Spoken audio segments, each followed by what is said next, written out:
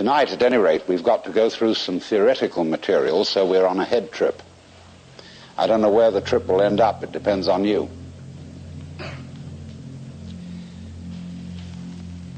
But in order to lay the foundation for this, we've got to examine ideas that are basic to our common sense. Ideas are very powerful. It's not only emotions that are powerful in human life. Psychoanalysis has, of course, examined the emotional bases of human opinions and beliefs, but one should also examine the intellectual bases of psychological principles, or theories, or therapies, because everybody who speaks a language at all has underneath the surface of the language or the figuring that he uses certain basic assumptions which are usually unexamined. And these unexamined systems of belief are extremely powerful in their influence over our lives.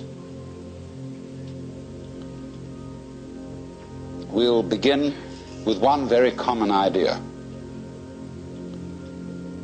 that's built into our common sense, which is that the world, the physical world, consists of two aspects, respectively form and matter. This was foisted on us by Aristotle, and also by the Bible, because it is said that God created man out of the dust of the earth, and as it were made a figurine in his own image, and then breathed the breath of life into its nostrils, so that this form of clay became a living being. And so underneath that lies the notion that everything material is made of some sort of basic stuff, like clay is the basis of pots. And for centuries, scientists, philosophers wanted to know, what is that stuff? What are we made of? Now look here, a carpenter makes tables out of wood, and a potter makes pots out of clay. But I ask you, is a tree made of wood? Obviously not. A tree is wood. It's not made of it. Is a mountain made of rock? Obviously not. It is rock. See, our language contains innumerable ghosts.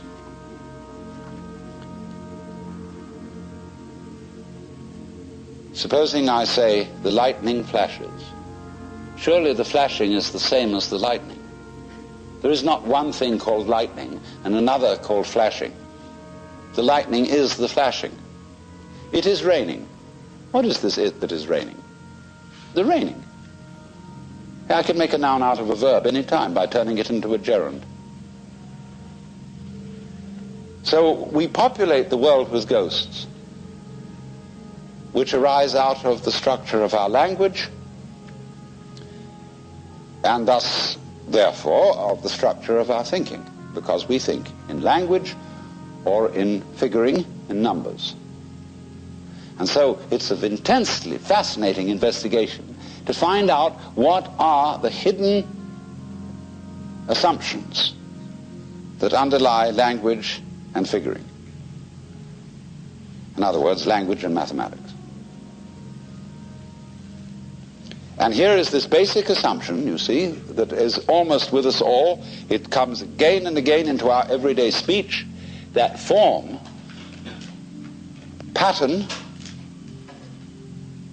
organization, organisms are made of something. As if there were some inert, primordial, and of course stupid stuff which had to be put into shape by an energy and an intelligence other than the stuff. Like the intelligence of the potter shapes the clay. So therefore, we have a basic picture of the world in which everything is being pushed around.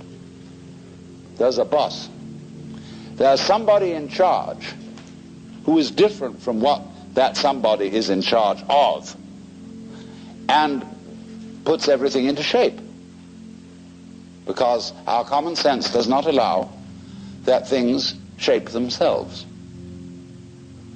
Very odd.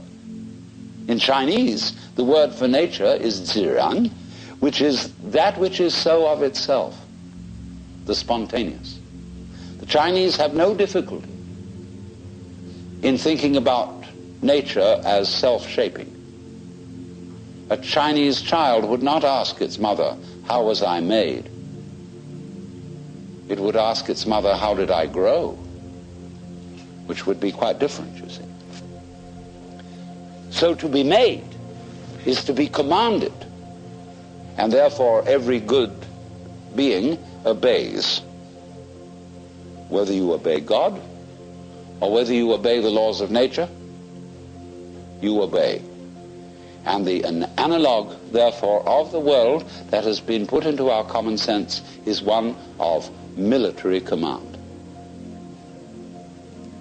Note that. Because the image of God, I would go further and say the idolatrous image of God, which has been handed down to us, is one of the beneficent tyrant, the boss. Big Papa. So then, when our physicists started to find out what stuff was, they went into it and examined it with ever more minute instruments. They first started cutting up things with knives and cutting them smaller and smaller and smaller until the particle that they wanted to dissect was exactly the same width as the edge of the knife.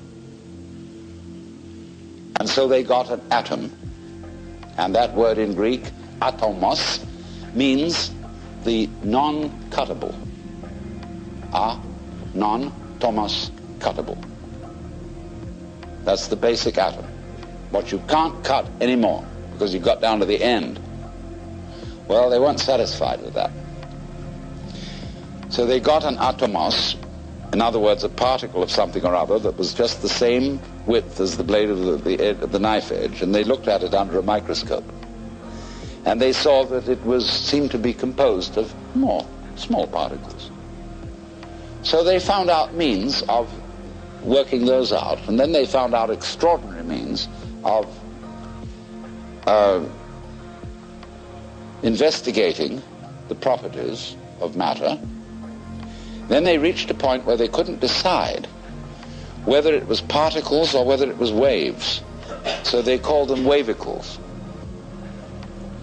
They thought they had come to certain ultimate wavicles called electrons.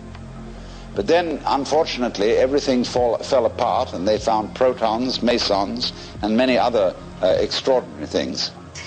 Because, of course, what they didn't realize was that as you make more and more powerful microscopic instruments, the universe has to get smaller and smaller in order to escape the investigation. Just as when the telescopes become more and more powerful, the galaxies have to recede in order to get away from the telescopes. Because what is happening in all these investigations is, through us and through our eyes and senses, the universe is looking at itself.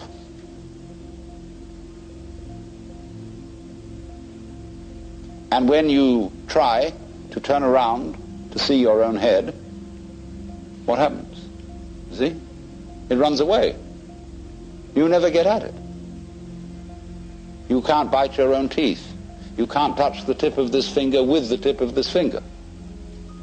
This is the principle. Shankara explains it beautifully in his commentary on the Kena Upanishad, where he says that that which is the knower, the ground of all knowledge, is never itself an object of knowledge, just as fire doesn't burn itself. So there's always that profound mystery that you are never going to be in absolute control of what goes on, because if you were, be like making love to a plastic woman. And who wants that? There always is the mystery. The thing we don't know. As Vanderloo put it, the mystery of life is not a problem to be solved, but a reality to be experienced. If there were not that, you see, there would be no life.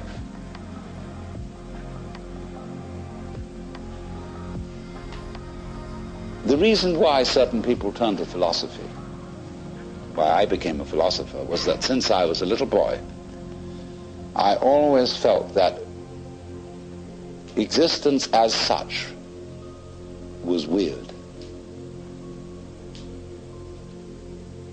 I mean, here we are. Isn't that odd? Of course it's odd.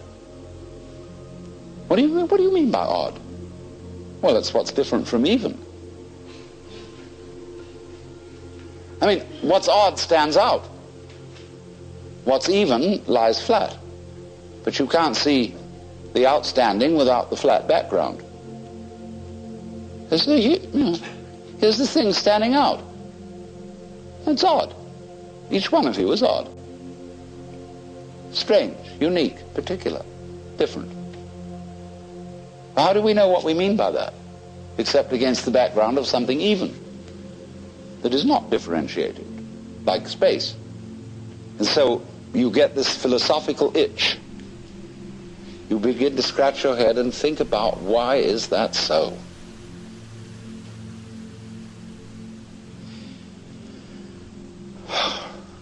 Well, after a while, you realize that's a meaningless question.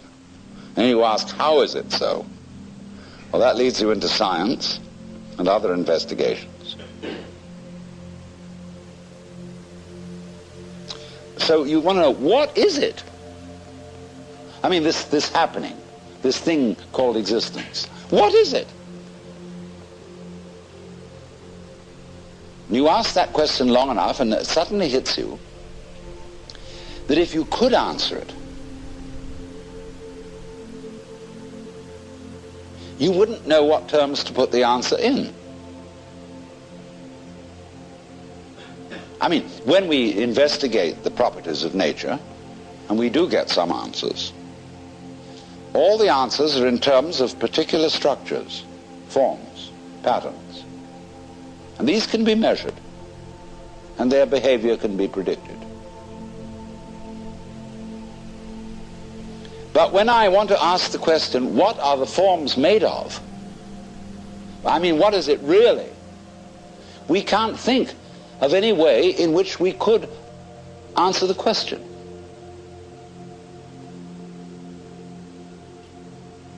Because we would have to have a class of all classes. When you ask the question, what? It's like saying, is you is or is you ain't? Is you animal? Is you vegetable? Is you mineral? Are you a Republican or a Democrat? Are you male or female? Are you a Christian or a Jew or a Hindu or what have you? We classify always to give an answer to the question, what is it? And when you classify, you distinguish an inside group from an outside group. Right. So what we want to know is, what is the group of all groups? Well, we can't imagine what the outside would be. So we can't answer the question. What is it? So the physicists finally abandoned the quest for stuff. And they gave us a description of the universe entirely in terms of form. The pattern, not the stuff. When people ask, what's the web? Yeah, but you can't do that. What's the pattern made of? Surely mustn't there be an answer to that? See, what happens is, when you turn up the microscope, all stuff turns into form. It becomes articulate. You know, the carpet looks like some sort of stuff. But when you look at it under a microscope, you will see the crystalline structure of the nylon or whatever it's made of. See? They want to know, what are those crystals made of? All right? Turn up the volume, and you will find molecules. Turn up the volume. You find wavicles. But we think the wavicles must be of something. But of course they're not. We find substance or stuff totally vanishes. And we're left with form. Sanskrit doesn't really have a word for matter. It has namarupa, which means named form. It's the form that matters. Or let's put it in another way, everything is a matter of form. Now let's go into this, it's fascinating. We say, does it matter? What does that mean? Does it matter? Is it important? In other words, does it measure up to anything? All right, let's go back to the Indo-European roots of the language. Matter comes from a Sanskrit root matra, which means to measure. To lay out the foundations, say, for a building. So from this root matra, we get, going on into Sanskrit, we get the word maya. And maya is generally translated illusion, although it also means magic, creative power. The word illusion, switch over, we get that from Latin, and that comes from the Latin ludere, to play. Let's pretend that we matter. And so, also from the root matra, see, you get meter, that is also to measure. You get metir in Greek, mater in Latin, which means mama, mother. The mother of Buddha was called Maya. Mary, Ma again, is the mother of Jesus. Ma, ma, ma, ma, ma. But Ma, you see, is a matter of form. Pattern. The Chinese call the basic principle of nature Li, and the character for Li means the markings in jade, the fiber in muscle, the grain in wood. So Joseph Needham translates it organic pattern. And that's what's going on. And there isn't any stuff involved. What stuff is a pattern seen out of focus, where it becomes fuzzy. Like kapok, see? We say kapok is the stuffing of a cushion. And that's stuff. It's, some kind of goop. But when we examine the kapok closely, we find structure. And that's what you will find, and there never will be anything else. Crazy. Because it completely flouts our common sense. We say, but surely, philosophers beat tables that are in front of them. And they say, it is there, because bang, there must be something that is stuff, that is substantial. But the only reason why you can't pass your hand through a table is the table's moving too fast. It's like trying to put your finger through an electric fan. Only it's going much faster than an electric fan. Anything solid is going so fast that there's no way to get this through it. That's all. So you say, what is it that is going so fast? Well, that question is based on a grammatical illusion. The grammatical illusion is that all verbs have to have subjects. Can you imagine anything more weird than the idea that a verb or an action or event must be set into motion by a noun. That is to say, a non-event or thing. Now, what's the difference between a thing and an event? I can't, for the life of me, tell. We say, this is a fist. That's a noun. What happens to it when I open my hand? This thing has unaccountably disappeared. So I should have called this a fisting, and this is a handing. It may also be a pointing. So we could devise a language such as that of the Nootka Indians, where there are no nouns, there are only verbs.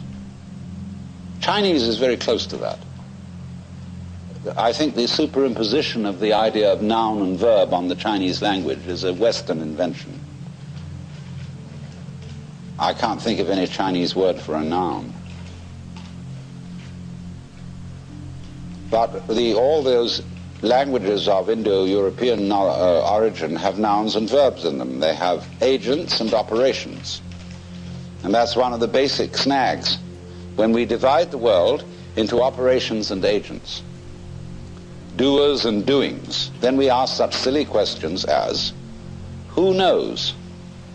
Who does it? What does it? When the what that is supposed to do it is the same as the doing. And you can very easily see that the whole process of the universe may be understood as process. Nobody's doing it. Because when you go back to doing it, you go back to the military analogy, the chain of command. The boss who goes bang and the object obeys. It's a very crude idea, very unsophisticated. So, if you can bear it, we have suddenly eliminated a spook. And the spook was called stuff. So we're now more at ease with ourselves in a world of form, Namarupa. Named forms. Well, we can of course get rid of the names. We can go further and try the experiment of not calling the forms by any names. Just observing the forms, although when we've got rid of the names, we can't even call them forms, because that's a name. And there's the bazaars going on, which Buddhists call tathata. And that means suchness, or thusness. Actually, tathata is da-da-da. Because when a baby first talks, it says da. Da, da, da, da. And fathers flatter themselves that it's saying da-da, daddy. It isn't. It's saying da. And so the Upanishads say, Tatvamasi. You're it. The basic da. Because da doesn't mean anything. Da is like everything else. See, the world is a musical phenomenon. Good music never refers to anything except the music itself. You don't ask Mr. Bach, Mr. Ravi Shankar, what do you mean by this music? What is it intended to express? Bad music always expresses something other than itself, like the 1812 Overture or the Sunken Cathedral. Good music never talks about anything other than the music. If you ask Bach, what is your meaning? He say, listen. That's the meaning. Giraffes are giraffing, trees are treeing, stars are starring, clouds are clouding, rain is raining. And if you don't understand, look at it again. And people are people.